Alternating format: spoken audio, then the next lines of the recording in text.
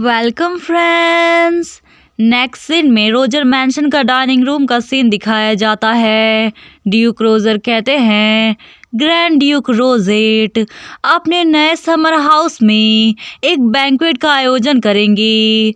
वो इसे सराहना झील के किनारे वर्षों से बना रहे थे, लेकिन ऐसा लगता है कि अब ये समाप्त हो आया है। सेड्रिक, सिंस तुम्हारा हेल्थ खराब है तो मैं किलियन को अपने साथ ले जाऊंगा। देन सेड्रिक कहता है, नहीं, मैं अब बिल्कुल ठीक हूँ, इसलिए मैं रामने के साथ जाऊंगा।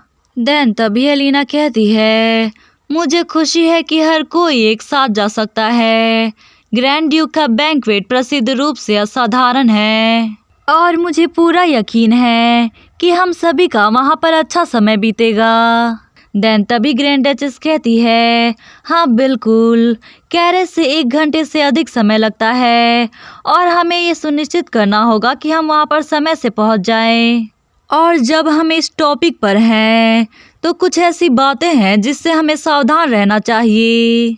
ग्रैंड ड्यूक अगले महीने अपने ऑफिशियल उत्तराधिकारी को चुनने की योजना बना रहे हैं, लेकिन उनके पहले बेटे के बीमार होने और दूसरे के बहुत ही लालची होने के कारण मैंने सुना है कि वो बहुत ही चिंतित हैं।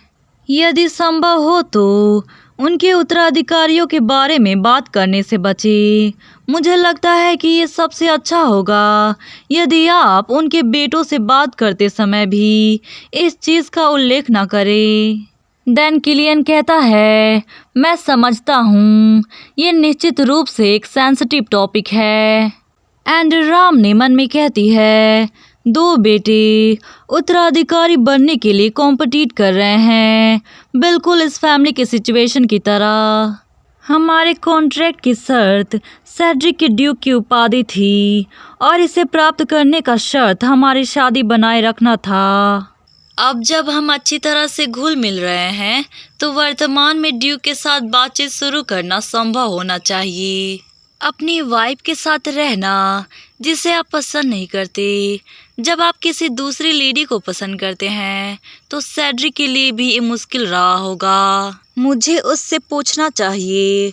आखिरकार मैं अनिश्चित समय तक इंतजार नहीं कर सकती, लेकिन पता नहीं किसी कारणवश मैं काफ़ी डिसअपॉइंटेड महसूस कर रही हूँ। देन हमें थोड़ी देर बाद का सीन दिखाया जाता है। राम ने कहती है, आर यू श्योर कि तुम ठीक हो? तुम्हारा शोल्डर अभी भी पूरी तरीके से ठीक नहीं हुआ है। देन सेड्रिक कहता है, नहीं ये ठीक है, मैं तुम्हें अकेले बैंक्वेट में नहीं जाने दे सकता। एंड ये सुनकर राम ने उस हरी चमगादड़नी के बारे में सोचती है एंड मन में कहती है, मुझे ये सुनने के बाद बहुत ही अच्छा लगा सेड्रिक। देन कहती है, अब तक मेरी शिकायतें सुनने के लिए थैंक्स। मुझे यकीन है कि ये काफ़ी निराशाजनक रहा होगा और कुछ ऐसा है जिसके बारे में मैं काफ़ी क्यूरियस हूँ। देन सेड्रिक कहता है, और वो क्या है? देन राम ने कहती है, ग्रैंड ड्यूक के बेटों के बारे में सुनने के बाद मुझे याद आया, क्या तुमने कभी अपने फादर से टाइटल के बारे में बात नहीं की? देन सेड्रिक कहता है, ओ टाइटल, हम इस पर डिस्कस करने के प्रोसेस में हैं, लेकिन अभी तक कोई प्रोग्रेस नहीं हुई। लेकिन तुम इसके बारे में इतनी क्यूरियस क्यों हो? देन राम ने कहती है, आखिर इसके अलावा और क्या हो सकता है? ऑफ कोर्स हमारा डिवोर्स वो रीज़न है। एंड ये सुनकर मानो सेड्रिक के तो पैरों तले जमीन खिसक जाती है। देन राम ने कहती है, तुम हमारे बीच का कॉन्ट्रैक्ट तो नहीं भूले हो, है ना? मुझे उम्मीद है कि हम जल्द से जल्द इसके साथ आगे बढ़ सकते हैं। जैसे ही तुम्हें तुम्हारा टाइटल मिल जाएगा तो हम लोग डिवोर्स ले लेंगे। देन सेड्रिक कोल्डली कहता है, तो क्या तुम इस समय भी डिवोर्स के बारे में सोच रही हो? देन राम ने हैरान होकर कहती है, क्या कहा तुमने? वेल सेड्रिक अपना इमोशन कंट्रोल नहीं कर पाता एंड कहता है, क्या मैं तुम्हारी नज़रों में इतना डरावना और भयानक हस्बैंड हूँ? राम ने, अगर तुम्हें पैसे चाहिए तो मैं तुम्हें दूंगा, मैं तुम्हें उससे अधिक दूंगा जो मैंने तुम्हें पहले कभी नहीं दिया।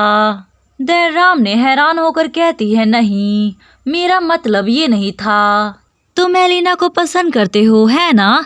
एंड ये सुनकर सेड्रिक शॉक्ड रह जाता है एंड उसे कुछ भी समझ नहीं आता। देन कहता है, क्या तुम ये किस बारे में बातें कर रही हो?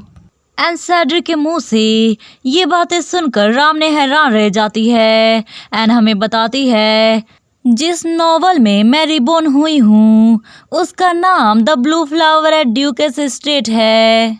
इसी नॉवल की फीमेल लीड एलिना गेराल्ड है और सपोर्टिंग कैरेक्टर सेड्रिक रोजर एक बदकिस्मत आदमी है जिसका एलिना पर एक तरफा क्रश है। मुझे पूरा यकीन है कि कहानी के किरदार कुछ ऐसे ही थे, तो फिर इसके फेशियल एक्सप्रेशन से मैं क्या समझूं? ऐसा लगता है जैसे वो कह रहा है कि मेरे ऐसे सोचने पर वो काफ़ी नाराज़ है।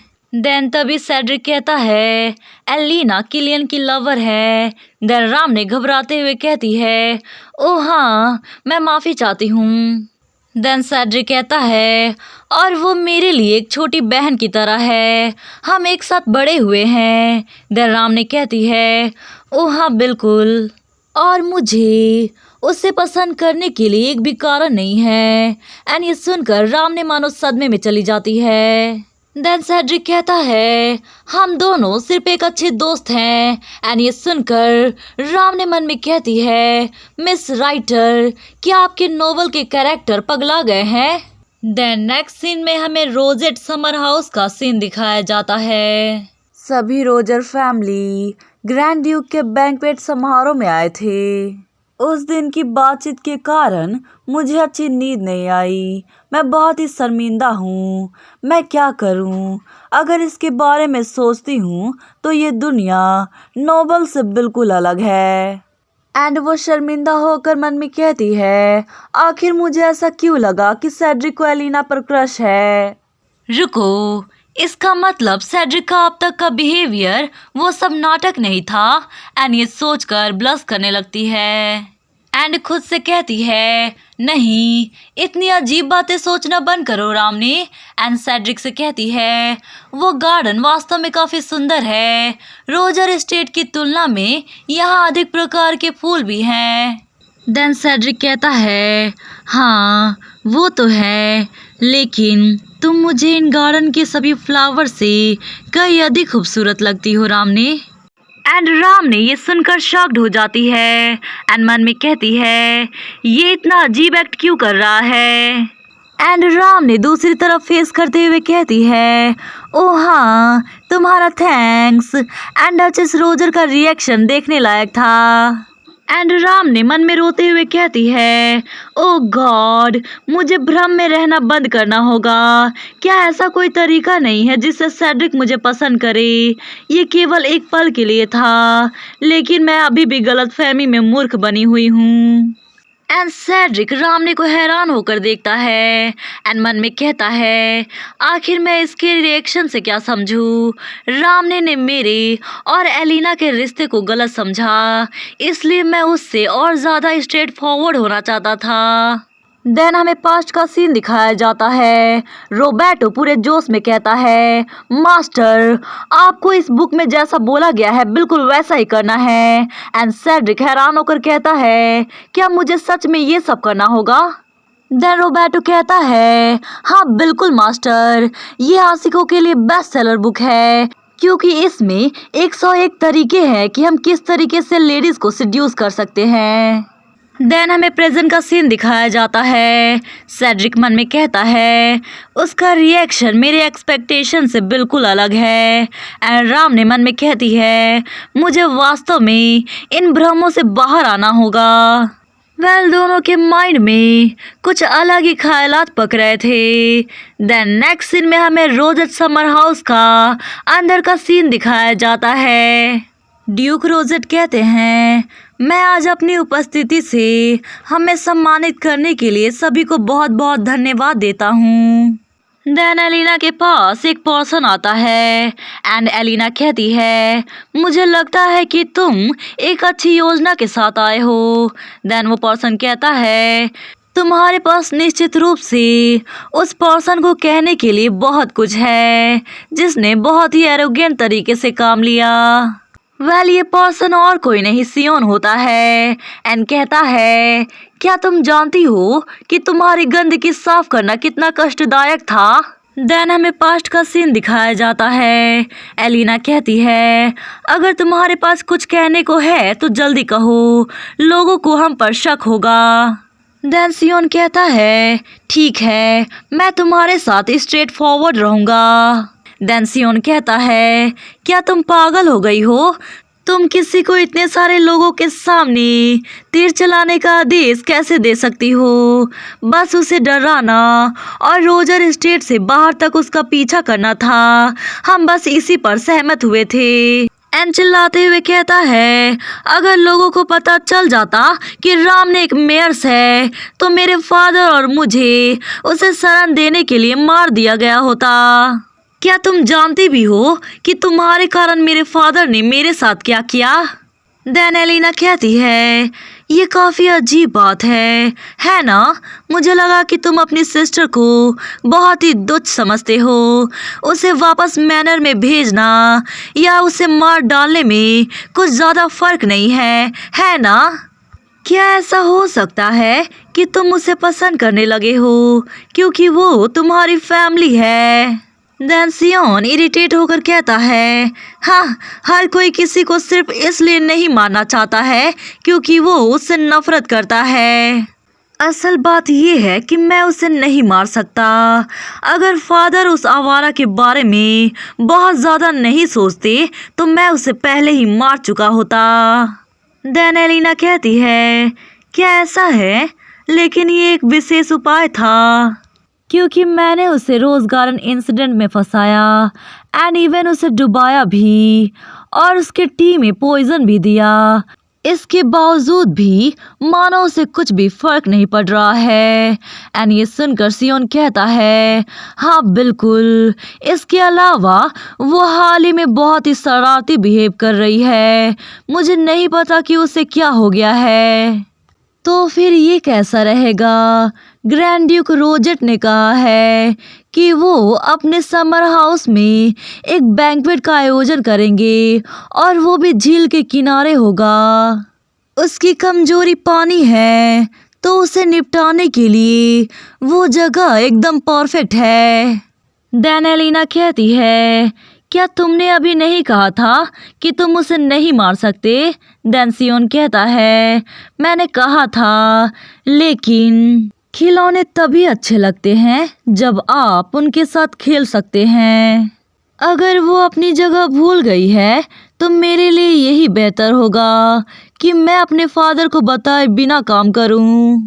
देन हमें प्रेजेंट का सीन दिखाया जाता है। सियोन कहता है, एनीवे, तुम वास्तव में काफ़ी क्रूर हो। तुम जानती हो, हाल ही में उसने जो प्यारा स्टंट किया है उसके लिए थैंक्स। मुझे अब इससे कुछ भी फर्क नहीं पड़ता कि वो मरे या जिए जब तक फादर को इसके बारे में नहीं पता चलता है। लेकिन तुम्हारे और उसके बीच कुछ भी बुरा तो नहीं हुआ है ना? देन एलिना कहती है, तुमने कहा कुछ भी बुरा नहीं हुआ। जब से वो इस स्टेट में आई है तब से मुझसे बहुत कुछ छीन लिया है। बचपन में मैंने अपने प्यारे भाई बहनों से जो वादे किए थे, मेरी फैमिली जिसने मुझसे वादा किया था कि वो मुझे कभी अकेला नहीं छोड़ेगी, और ये मैनर ऐसे लोगों से भरी हुई थी जो मुझे किसी भी चीज़ से ज़्यादा प्यार करते थे। जब तक वो वुमेन नहीं आई थी तब तक सब कुछ सही चल रहा था।